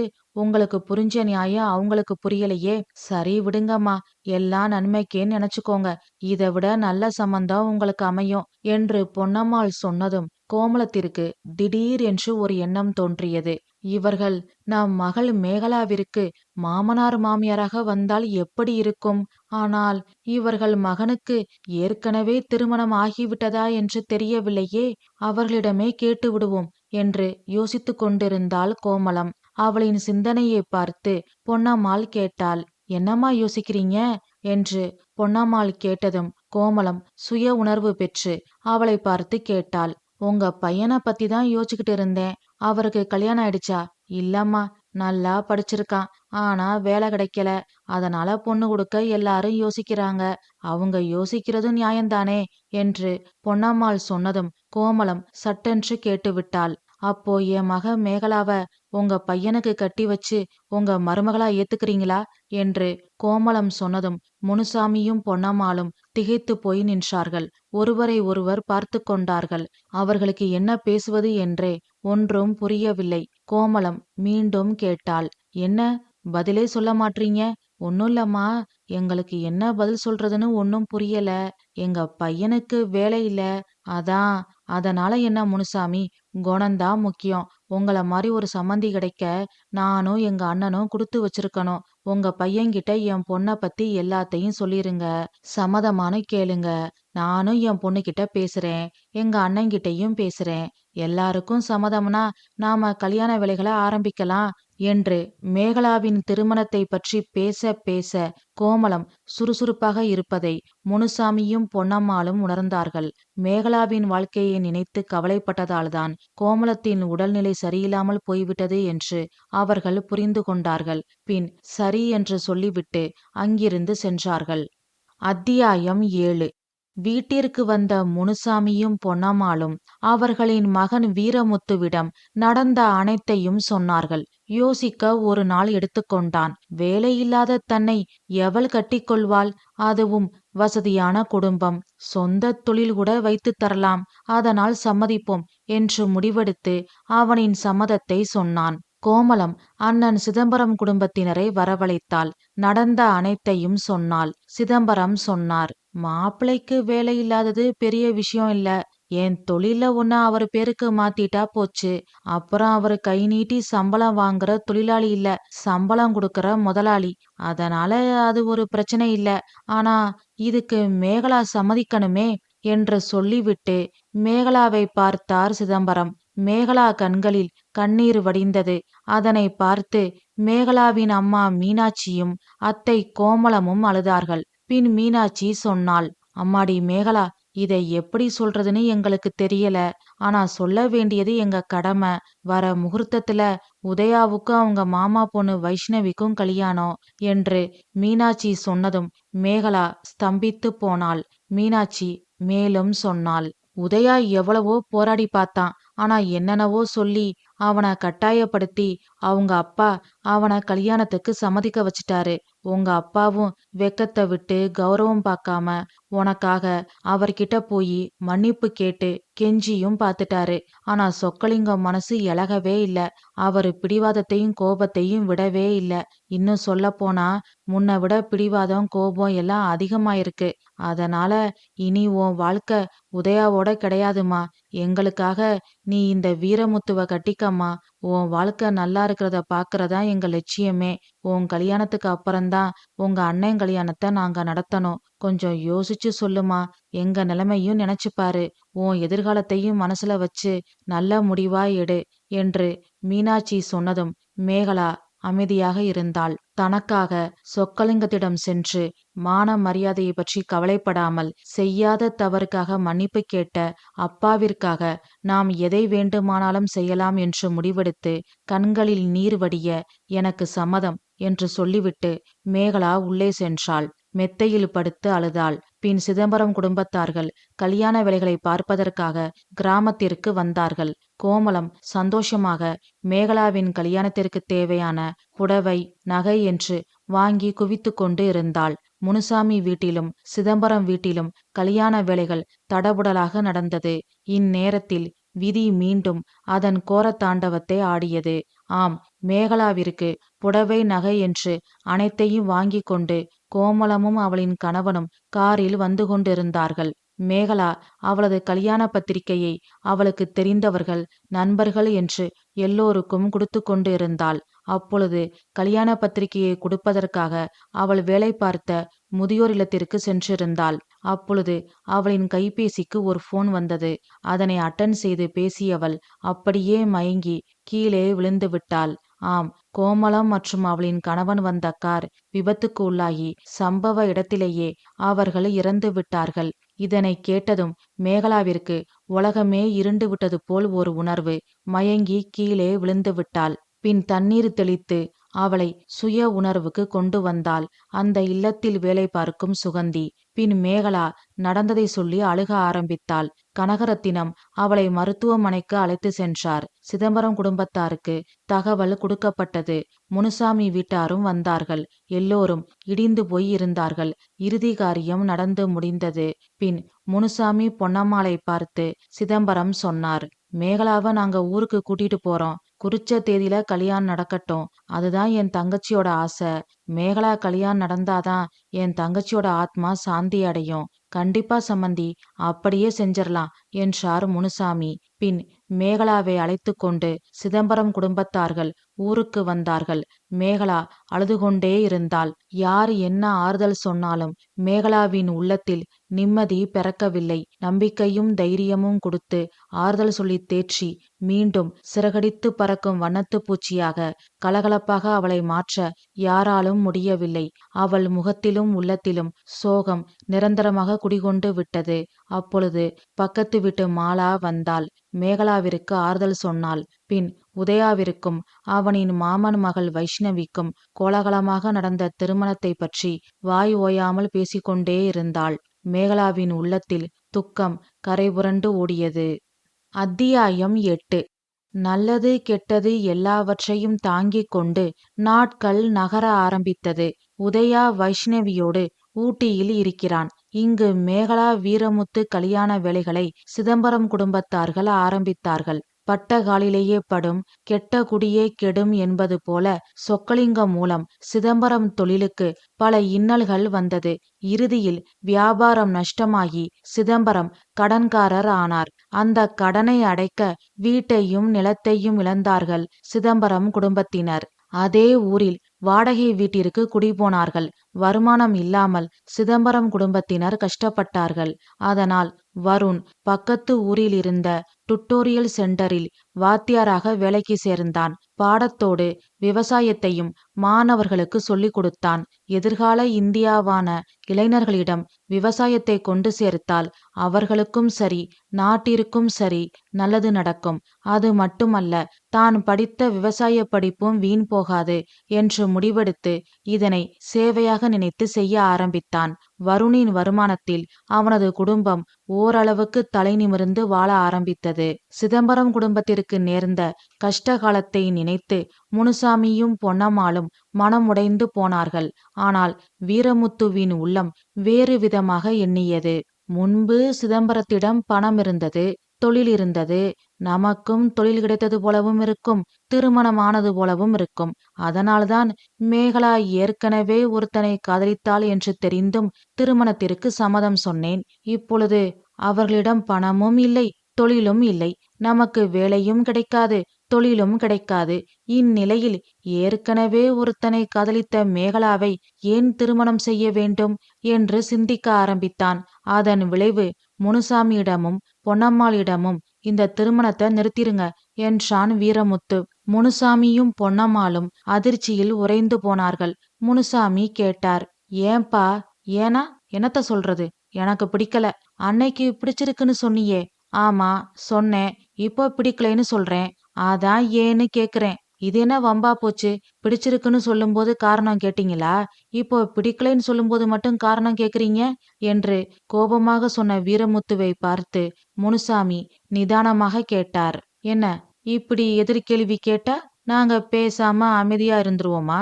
நான் சொல்லட்டுமா என்ன காரணம்னு? சொல்லுங்க பாப்போம்.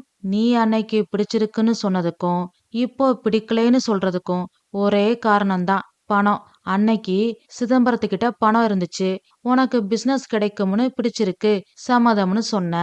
இப்போ அவர்கிட்ட பணம் இல்ல, உனக்கு பிசினஸ் கிடைக்காது, அதனால பிடிக்கல, சம்மதம் இல்ல, கல்யாணத்தை நிறுத்திருங்கன்னு சொல்ற. என்ன நான் சொல்றது சரியா என்று முனுசாமி கேட்டதும் வீரமுத்து பேசாமல் தலைகுனிந்து நின்றான். பின் சொன்னான், ஆமா, இதுல என்ன தப்பு? ஏற்கனவே ஒருத்தனை காதலிச்சவளை கல்யாணம் பண்ணிக்க எனக்கு என்ன பைத்தியமா பிடிச்சிருக்கு? பணத்துக்காகதான் சம்மதிச்சேன் என்று வீரமுத்து சொன்னதும் பொன்னம்மாள் அவன் அருகில் வந்தாள். அவனின் செவிப்பறை கிளிய ஒரு அறை வைத்தாள். அவன் கன்னத்தில் கை வைத்தபடி அதிர்ச்சியில் அம்மாவை பார்த்து கொண்டே இருந்தான். இது நாள் வரை அவனை அணைத்து அரவணைத்து கொஞ்சி அவன் அம்மாவின் கை முதல் முறையாக அவனை அடித்தது. வீரமுத்து பேசாமல் சிலை போல் நின்றான். பின் கண்ணீர் தழும்ப பொன்னம்மாள் சொன்னாள், பணத்தை விட குணத்தை மதிக்கிற உத்தமருக்கு பிறந்த பிள்ளடா நீ. இப்படியா பச்சோந்தி மாதிரி பேசுவ? வேலையில்லாத உன்னை எவடா கட்டிப்பா? ஆனா அந்த மகராசி சம்மதம் சொன்னான். உனக்கு இன்னொரு விஷயம் சொல்றேன் கேட்டுக்கோ. அவ அப்பா உனக்கு தொழில் வச்சு தரேன்னு சொன்னாரு. அதுக்கு அந்த மேகலா என்ன சொன்னா தெரியுமா? வேண்டாம்ப்பா, மாமனார் காசுல குளிர் காயறாருன்னு அவருக்கு கெட்ட பேரு வரும். நானும் படிச்சிருக்கேன், அவரும் படிச்சிருக்காரு. நாங்க வேலைக்கு போறோம், எங்க வாழ்க்கைய நாங்க பாத்துக்கிறோம். எங்களுக்கு வழிகாட்டவும் அன்பு காட்டவும் நீங்க வேணும். ஆனா உங்க பணம் எங்களுக்கு வேண்டாம். அப்படி ஏதாவது உதவி செய்யணும்னு தோணுச்சுன்னா அவருக்கு ஒரு வேலைக்கு ஏற்பாடு பண்ணுங்க போதும் அப்படின்னு சொன்ன மகராசிட. அவ கல்யாணத்துக்கு முன்னாடியே உனக்கு ஒரு அவமானம் வரக்கூடாதுன்னு நினைச்சவடா. அவளை போய் தரக்குறைவா பேசுற. இப்ப சொல்றேன் நல்லா கேட்டுக்கோ. எங்களுக்கு கொடுத்த வாக்குதான் முக்கியம், பணத்தை விட குணம்தான் முக்கியம். இந்த வீட்டு மருமக மேகலாதான் என்று சொல்லிவிட்டு பொன்னம்மாளும் முனுசாமியும் மேகலா ஊருக்கு வந்து சிதம்பரம் குடும்பத்தாரை சந்தித்து ஆறுதல் சொன்னார்கள். பின் குறித்த தேதியில் மேகலா வீரமுத்து திருமணம் முதியோர் இல்ல உரிமையாளர் மற்றும் முதியோர் இல்லத்தில் தங்கியிருந்த பெரியவர்களின் ஆசீர்வாதத்தோடு எளிமையாக நடந்தது. முனுசாமி மகள் மாசமாக இருந்தாள். அதனால் மகளின் பிரசவத்திற்காக முனுசாமியும் பொன்னம்மாளும் மகள் வீட்டிற்கு செல்ல வேண்டிய சூழ்நிலை. தனியாக இருக்க வேண்டாம், ஆத்திர அவசரத்திற்கு துணை வேண்டும் என்பதால் சிதம்பரம் ஊரிலேயே தனியாக ஒரு வீடு பார்த்து வீரமுத்துவையும் மேகலாவையும் குடி வைத்துவிட்டு முனுசாமியும் பொன்னம்மாளும் மகள் வீட்டிற்கு சென்றார்கள். மாதங்கள் ஓடியது. வீரமுத்து வேலைக்கு போகவில்லை. சிதம்பரம், வருண் என்று யார் எந்த வேலை சொன்னாலும் அதில் ஒரு குறை கண்டுபிடித்து வேலைக்கு செல்ல மறுத்தான். எத்தனை நாள் அண்ணனின் சம்பளத்தில் வயிற்றை வளர்ப்பது? அதனால் மேகலா பக்கத்து ஊரில் இருந்த டிபார்ட்மெண்ட் ஸ்டோரில் பில் போடும் வேலைக்கு போக ஆரம்பித்தாள். அவளின் சம்பளத்தில் சுகவாழ்வு வாழ ஆரம்பித்தான் வீரமுத்து. இதனை பற்றி கேள்விப்பட்ட முனுசாமியும் பொன்னம்மாளும் மகள் வீட்டிலிருந்து கிளம்பி மேகலா வீட்டிற்கு வந்தார்கள். வீரமுத்துவிற்கு எவ்வளவோ புத்திமதிகள் சொன்னார்கள். அவன் திருந்துவது போல் தெரியவில்லை. அதனால் அவர்களின் பூர்வீக சொத்தை பிரித்து மகள் பெயரில் பாதியும் மருமகள் மேகலாவின் பெயரில் மீதியையும் எழுதி வைத்தார்கள். பின் மேகலாவை அழைத்து கொண்டு சிதம்பரம் வீட்டிற்கு முனுசாமியும் பொன்னம்மாளும் வந்தார்கள். எல்லோரையும் வைத்து கொண்டு மேகலாவை பார்த்து பொன்னம்மாள் சொன்னாள், எங்களை மன்னிச்சிருமா, எங்க பையனை நாங்க ஒழுங்கா வளர்க்கல. ஐயோ அத்தை, ஏன் இப்படியெல்லாம் பேசுறீங்க? உண்மையத்தான் சொல்றேன். எங்க மேலதான் எல்லா தப்பும். நான் படிப்பு வேலைன்னு இருந்துட்டேன். இவரு என்ன படிக்க வைக்கிறதுக்காக காசு சேர்க்கறதுலயே குறியா இருந்துட்டாரு. கடைசியில எங்க பிள்ளைய நாங்க ஒழுங்கா வளர்க்கல. எங்க தப்பு தான். இந்த தப்புக்கு பிராய்ச்சித்தமாதான் நாங்க எங்க சொத்தை பிரிச்சு ஒரு பாதிய எங்க பொண்ணு பேர்லயும் ஒரு பாதிய ஓம் பேர்லயும் எழுதி வச்சோம். இனி இவனை நம்பாத. நீ உன் சொந்த கால்ல நில்லு. உனக்கு துணைக்கு உங்க அப்பா வீடு பக்கத்திலேயே இருக்கு. எதுனாலும் தயங்காம இங்க வா. நாங்க ஒன்னும் சொல்ல மாட்டோம். அங்க எங்க பொண்ணு 2 குழந்தைகளை வச்சுக்கிட்டு கஷ்டப்படுறா. நாங்க அங்க போய் இருக்க போறோம். உனக்கு எதுனாலும் எங்களுக்கு ஒரு ஃபோன் பண்ணு. நாங்க உடனே வரோம். தைரியமா இரு என்று மேகலாவை பார்த்து சொல்லிவிட்டு சிதம்பரம் குடும்பத்தாரை பார்த்து சொன்னார்கள். எங்களை மன்னிச்சிருங்க. அந்த பொறுப்பு இல்லாதவன்கிட்ட உங்க மகளை தனியா விட்டுட்டு போறோம்னு நினைக்காதீங்க. அங்க எங்க பொண்ணு ரொம்ப சிரமப்படுறா. போக வேண்டிய கட்டாயம். அதான் கிளம்புறோம். இன்னும் சொல்ல போனா நீங்க மேகலா கூட இருக்கிற தைரியத்துலதான் நாங்க கிளம்புறோம் என்று சொல்லி முனுசாமியும் பொன்னம்மாளும் கண் கலங்கினார்கள். முனுசாமியின் கையை பிடித்து கொண்டு சிதம்பரம் சொன்னார், எங்க காசு பணம் எல்லாம் போன பிறகும் பணத்தை விட குணம்தான் முக்கியம், கொடுத்த வாக்குதான் முக்கியம்னு இந்த கல்யாணத்தை நடத்தி வச்சிங்க. என் மகளுக்கு கல்யாணம் எப்படி நடக்குதுன்னு பாக்குறேன்னு அந்த சொக்கலிங்கம் சவால் விட்டான். அந்த சவால்ல என்னை ஜெயிக்க வச்ச உங்களுக்கு நானும் என் குடும்பமும் நன்றி கடன் பட்டிருக்கோம். நீங்க போய் உங்க மகளை பாத்துக்கங்க. நாங்க இங்க மாப்பிளையும் மேகலாவையும் பாத்துக்கிறோம். நீங்க இதுக்காக குற்ற உணர்ச்சியில தவிக்க வேண்டாம். உங்க நல்ல மனசுக்காக நாங்களும் என் மகளும் எதை வேணாலும் தாங்கிப்போம் என்று சிதம்பரம் சொன்னதும் நன்றி பெருக்கில் முனுசாமி பொன்னம்மாள் கண்கள் கண்ணீரால் நிரம்பி இருந்தது. பின் அவர்கள் அவர்களின் மகள் வீட்டிற்கு கிளம்பினார்கள். மாதங்கள் கடந்தது. அந்த பணத்தை வைத்துக்கொண்டு சொந்தமாக ஒரு வீட்டை வாங்கினாள் மேகலா. பின் வங்கியில் இருக்கும் பணத்திற்கு வட்டி வந்தது. அதோடு சும்மா இருக்காமல் டிபார்ட்மெண்ட் ஸ்டோரில் பில் போடும் வேலைக்கு தொடர்ந்து போய்கொண்டு இருக்கிறாள். காலங்கள் ஓடியது. மேகலா கருவுற்றாள். ஆண் குழந்தையை பெற்றெடுத்தாள். குழந்தையை மீனாட்சியிடம் விட்டுவிட்டு வேலைக்கு சென்று வந்தாள் மேகலா. தனது திருமணத்திற்கு பிறகு வைஷ்ணவியோடு உதயா ஊட்டிக்கு சென்று விட்டான். மேகலா வாழ்க்கையில் நடந்த அனைத்தையும் அம்மா சிவகாமி சொல்லி உதயா தெரிந்து கொண்டான். ஆம், உதயாவின் மனைவி வைஷ்ணவிக்கு ஊரே வியந்து போகும் அளவுக்கு வளைகாப்பு நடத்தினார் சொக்கலிங்கம். அப்பொழுது தனிமையில் மேகலா பற்றி அம்மா சிவகாமியிடம் உதயா கேட்டான். அப்பொழுதுதான் மேகலாவின் கதை அனைத்தையும் சிவகாமி சொன்னாள். மேகலாவின் வாழ்க்கையை நினைத்து உதயாவின் உள்ளம் தீயாய் சுட்டது. அதன் பிறகு உதயா வைஷ்ணவிக்கு மகள் பிறந்தாள். காலங்கள் ஓடியது. எல்லோரும் பணம் சம்பாதிக்கும் நோக்கத்தில் எந்திரமாக சுழன்று கொண்டு இருந்தார்கள். இப்பொழுது மீண்டும் அதே மாரியம்மன் கோவில் திருவிழாவிற்கு தனது மனைவி மகளை அழைத்து கொண்டு உதயா வந்திருந்தான். மகள் கேட்ட பலூனை வாங்கி வருவதற்காக செல்லும் பொழுதுதான் மேகலாவையும் வீரமுத்துவையும் பார்த்தான் உதயா. அவள் வாழும் வாழ்க்கையை நேரில் பார்த்து விட்டான். அவன் இதயத்தில் வடுவாய் இருந்த புண்ணை யாரோ இன்னும் ஆழமாக குத்தி கிழிப்பது போல் இருந்தது. அத்தியாயம் 9. அப்பா என்று அவனின் செல்ல மகள் அழைத்ததும் உதயா திரும்பி பார்த்தான். பின் அவளை தூக்கி கொண்டு நடந்தான். பலூன் வாங்கி கொடுத்தான்.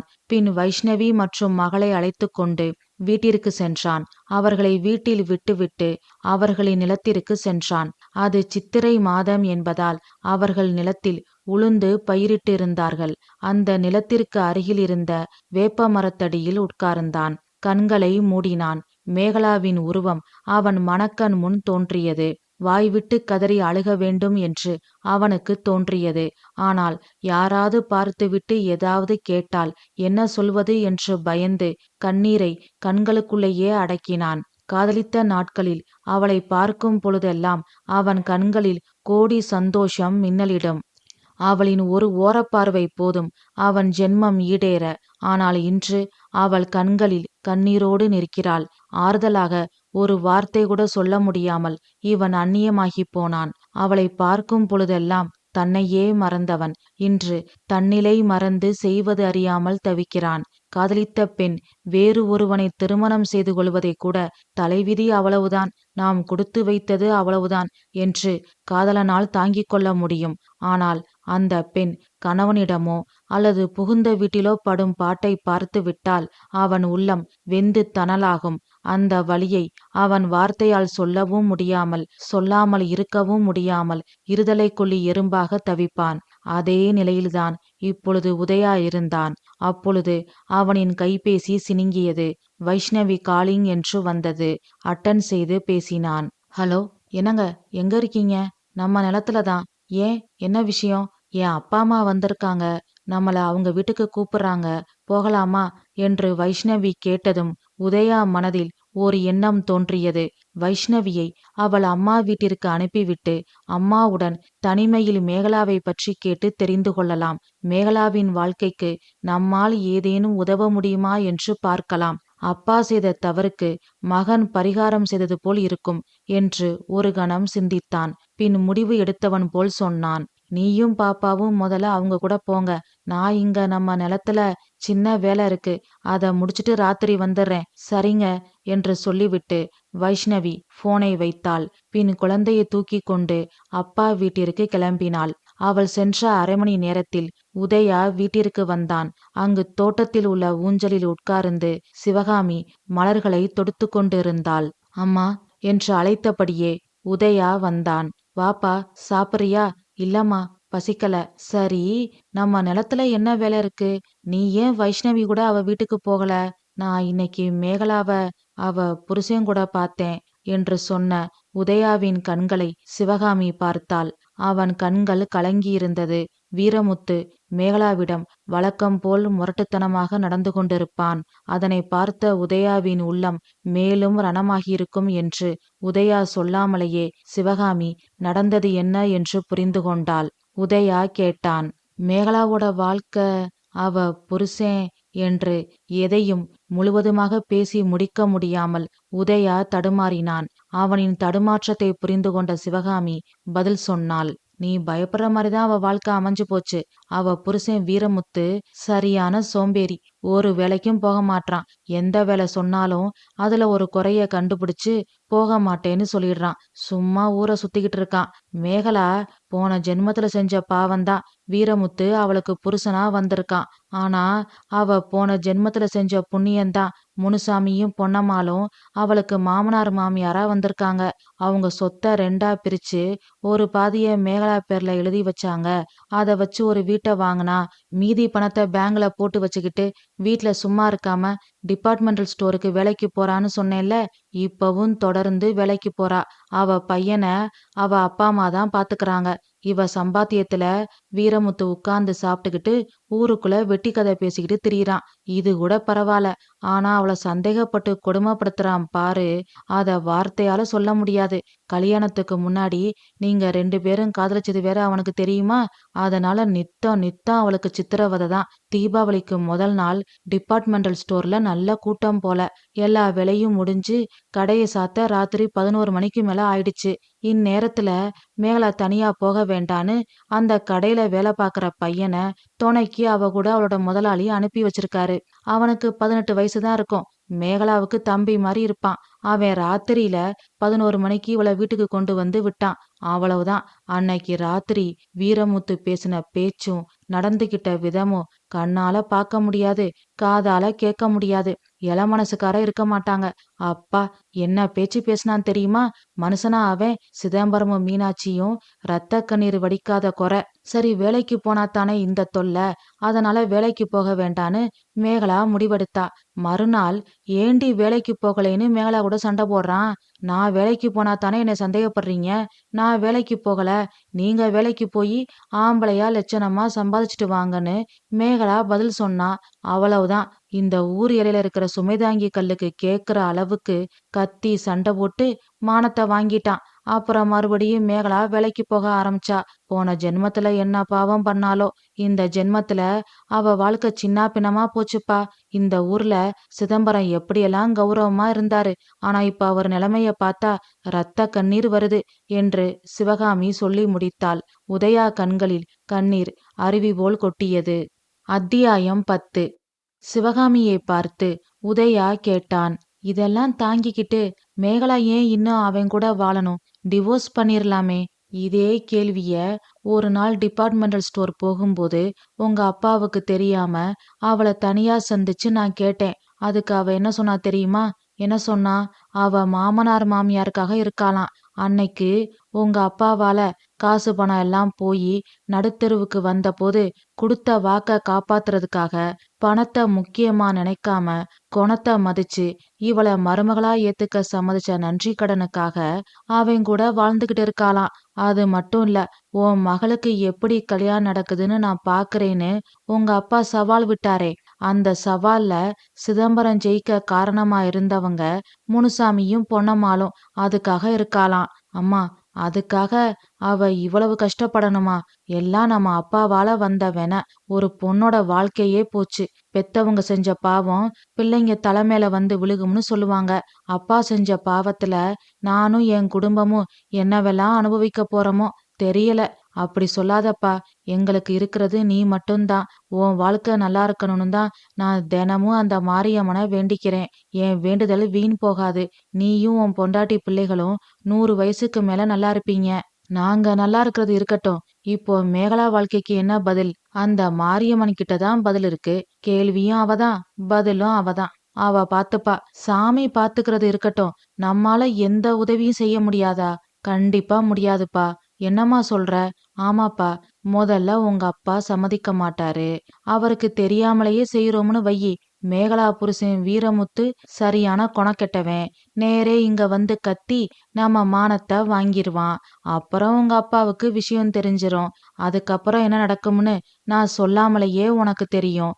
இது எல்லாத்தையும் நாம சமாளிக்கிறோம்னு வையி. நீ மேகலாவுக்கு உதவ போய் அத வீரமுத்து குதர்க்கமா எடுத்துக்கிட்டு இன்னும் அவளை சந்தேகப்பட்டு கொடுமைப்படுத்தினா என்ன பண்றது என்று சிவகாமி கேட்டதும் உதயா அமைதியாக இருந்தான். அவன் கண்களில் இருந்து வடிந்த கண்ணீரை அம்மாவிற்கு தெரியாமல் முகத்தை திருப்பிக் கொண்டு துடைத்தான். ஆனால் மகனின் உள்ளம் படும் வேதனை ஒரு தாய்க்கு தெரியாதா என்ன? அதனால் உதயாவின் முன் வந்து நின்றாள் சிவகாமி. அவன் தாடையை பிடித்து நிமிர்த்தி அவன் கண்ணீரை தன் முந்தானையால் நன்றாக துடைத்து விட்டாள். அம்மாவின் கையை பிடித்து கொண்டு உதயா அழுதான். அழுகாதப்பா, என்னால முடியலம்மா. உதயகுமாரன் மணிமேகலை மாதிரி நாங்க ஒண்ணு சேர மாட்டோம்னு தான் எனக்கு உதயான்னு நீங்களும் அவளுக்கு மேகலான்னு அவங்க வீட்லயும் பேர் வச்சீங்க போல. அவ எப்படி வாழ வேண்டிய பொண்ணு தெரியுமா என்று சொல்லிக்கொண்டே சிவகாமி தொடுத்து கொண்டிருந்த பூவை பார்த்தான் உதயா. பின் அந்த பூக்களை அள்ளியபடி சிவகாமியை பார்த்து சொன்னான். அம்மா, பூக்கள் செடியில தோன்றுகிற தேவதை. அதனாலதான் பூக்கள் இறைவனோட கழுத்துக்கு மாலையாகுது. அப்படிப்பட்டவமா என் மேகலா. அவ தேவலோக பாரிஜாத மலருமா. புரியுதுப்பா. ஆனா இப்போ அவ நரகத்துல ஒரு நறுமலர் என்று சிவகாமி சொன்னதும் உதயா அவளை நிமிர்ந்து பார்த்தான். சிவகாமி மேலும் சொன்னாள். ஆமாப்பா, இப்போ அவ வாழ்க்கை நரகத்தை விட கொடுமையா இருக்கு. ஆனா நம்மால ஒன்னும் செய்ய முடியாது. ஒண்ணு வீரமுத்து மாறணும், இல்ல மேகலா அவனை தூக்கி எறிஞ்சிட்டு வரணும். எது எப்படியோ சீக்கிரமே அவளுக்கு ஒரு நல்ல வழிய அந்த மாரியம்மன் தான் காட்டணும். அதனால கடவுள் மேல எல்லா பாரத்தையும் போட்டுட்டு நீ உன் மாமனார் வீட்டுக்கு கிளம்பு. அந்த மாரியம்மன் எல்லாத்தையும் பார்த்துப்பா என்று சிவகாமி சொல்லி முடிக்க மாரியம்மன் கோவில் மணி ஒலிக்க சரியாக இருந்தது. திருக்கோவில் மணியின் ஒலி கேட்டதும் சிவகாமியும் உதயாவும் ஒருவரை ஒருவர் பார்த்து கொண்டார்கள். பின் தொடுத்த பூக்களை எடுத்துக்கொண்டு சிவகாமி உள்ளே சென்றாள். அப்பொழுது சொக்கலிங்கத்தின் அறையில் பயங்கர சத்தம் கேட்டது. உதயாவும் சிவகாமியும் உள்ளே ஓடினார்கள். அங்கு சொக்கலிங்கம் கீழே விழுந்து கிடந்தார். உடனே மருத்துவமனைக்கு அழைத்து சென்றார்கள். அவரை பரிசோதித்து பார்த்துவிட்டு டாக்டர் சொன்னார், அவருக்கு ஏதோ பெரிய அதிர்ச்சி ஏற்பட்டிருக்கு, அதான் கீழே விழுந்துட்டாரு என்று. டாக்டர் சொல்லிக் கொண்டிருக்கும் பொழுதே சொக்கலிங்கத்தின் ஆடிட்டர் வந்தார். உதயா தம்பி, ஷேர் மார்க்கெட்டுல நண்பர்கள் பேச்சை கேட்டு உங்க அப்பா நிறைய பணத்தை இன்வெஸ்ட் பண்ணியிருந்தாரு. இப்போ எல்லாம் போச்சு. அந்த விஷயத்த உங்க அப்பாவுக்கு ஃபோன் பண்ணி நான் தான் சொன்னேன். திடீர்னு பயங்கர சத்தம். அதான் வீட்டுக்கு வந்தேன். சாரு கீழே விழுந்துட்டதாவும் நீங்க எல்லாரும் ஹாஸ்பிட்டல் வந்திருக்கீங்கன்னு வேலைக்காரன் சொன்னான். அதான் இங்க ஓடி வந்தேன் என்று ஆடிட்டர் சொல்லிக் கொண்டிருக்கும் பொழுதே நர்ஸ் வந்தாள். டாக்டர் காதில் ஏதோ சொன்னாள். உடனே டாக்டர் உள்ளே சென்றார். அரை மணி நேரத்தில் வெளியில் வந்தார். பின் சொன்னார், மிஸ்டர் சொக்கலிங்கம் அபாய கட்டத்தை தாண்டிட்டாரு. ஆனா அதிர்ச்சியில ஒரு பக்க கைகால் வேலை செய்யாம போயிடுச்சு. இனி அவரை நீங்க குழந்தை மாதிரிதான் பாத்துக்கணும் என்று சொல்லிவிட்டு டாக்டர் உள்ளே சென்றார். சிவகாமி அழுதாள். உதயா அம்மாவை இமைக்காமல் பார்த்தான். பரிவட்டம் கட்டவில்லை. மரியாதை குறைவுதான். அதனால் அவர்களோடு பேச வேண்டாம், பழக வேண்டாம். ஆனால் சிதம்பரத்தின் தொழிலுக்கு எதிராக வேலை செய்து அவரை கடன்காரராக்கி நடுத்தெருவுக்கு கொண்டு வந்திருக்க கூடாது. சிதம்பரம் மட்டும் வசதியாக இருந்திருந்தால் வீரமுத்து எதிர்பார்த்தபடி முதலாளி ஆகியிருப்பான். மேகலா வாழ்க்கை நன்றாக இருந்திருக்கும். ஒரு பெண்ணின் கண்ணீருக்கு காரணமாக அப்பா இருந்திருக்க வேண்டாம். எந்த தப்பும் செய்யாத ஒருத்தருக்கு செய்த தீங்கும் அவரை அழித்தே தீருவேன் என்ற வெறியும் தான் அப்பாவின் இந்த நிலைமைக்கு காரணம். கர்மா அதன் வேலையை காலம் தாழ்த்தாமல் நிச்சயம் செய்யும் என்று அவனின் பார்வைகள் சொல்வது போல் இருந்தது சிவகாமிக்கு. கதறி அழுதாள். அவளின் கண்ணீரை துடைத்து விட்டபடி உதயா சொன்னான், நான் வைஷ்ணவிக்கு ஃபோன் பண்ணி வர சொல்றேன். அப்பாவுக்கு கொஞ்சம் குணமானதும் நாங்க ஊட்டிக்கு கிளம்புறோம். வீட்ல அப்பாவை பாத்துக்கிறதுக்கு ஒரு நர்ஸ் ஏற்பாடு பண்ணலாம் என்று சொல்லிவிட்டு போனை எடுத்து வைஷ்ணவிக்கு ஃபோன் செய்தான். இங்கு இவர்கள் நிலைமை இப்படி இருக்க, அங்கு மேகலா வேதனைகளை சுமக்க முடியாமல் சுமந்து கொண்டிருந்தாள். வலி வேதனைகளை தன் மனதில் அடக்கி வைத்து இதயம் வெடித்து சிதறிவிடுமோ என்ற பயம் மேகலாவுக்குள் வர ஆரம்பித்தது. அதனால் எஃப்எம் ஒலியை அதிகமாக வைத்துவிட்டு 4 சுவற்றுக்குள் வாய்விட்டு கதறி அழுதாள். கடவுளின் திருவுருவ படத்திற்கு முன் அவள் வேதனைகளை, அவள் கணவன் வீரமுத்து செய்த கொடுமைகளை வாய்விட்டு சொல்லி அழுதாள். பின் முகத்தை கழுவுவதற்காக பாத்ரூமிற்கு சென்றாள். இதனை எதேச்சையாக அங்கு வந்த முனுசாமியும் பொன்னம்மாளும் கேட்டுவிட்டார்கள். இருவரும் ஒருவரை ஒருவர் பார்த்து கொண்டார்கள். ஒரு வார்த்தை கூட பேசவில்லை. இருவரின் கால்களும் அந்த ஊரில் இருக்கும் பிரபல வக்கீல் ஜெகநாதன் வீட்டை நோக்கி நடந்தது. இனி அந்த நறுமலருக்கு நரகத்திலிருந்து விடுதலை கிடைத்துவிடும் என்பதில் எந்த சந்தேகமும் இல்லை. மனைவி இல்லை என்றால் கணவன் அனாதை என்ற உண்மை கூடிய சீக்கிரம் வீரமுத்துவிற்கு புரியத்தான் போகிறது என்பதிலும் எந்த சந்தேகமும் இல்லை. கதை முடிவுற்றது. இந்த கதை நான் எழுதின கதை. இந்த கதை உங்களுக்கு பிடிச்சிருந்தா லைக் பண்ணுங்க, ஷேர் பண்ணுங்க, கமெண்ட் பண்ணுங்க. நம்ம தமிழ் வானொலி சேனலை சப்ஸ்கிரைப் பண்ணாதவங்க சப்ஸ்கிரைப் பண்ணுங்க. மீண்டும் அடுத்த கதையில் சந்திப்போம். நன்றி, வணக்கம்.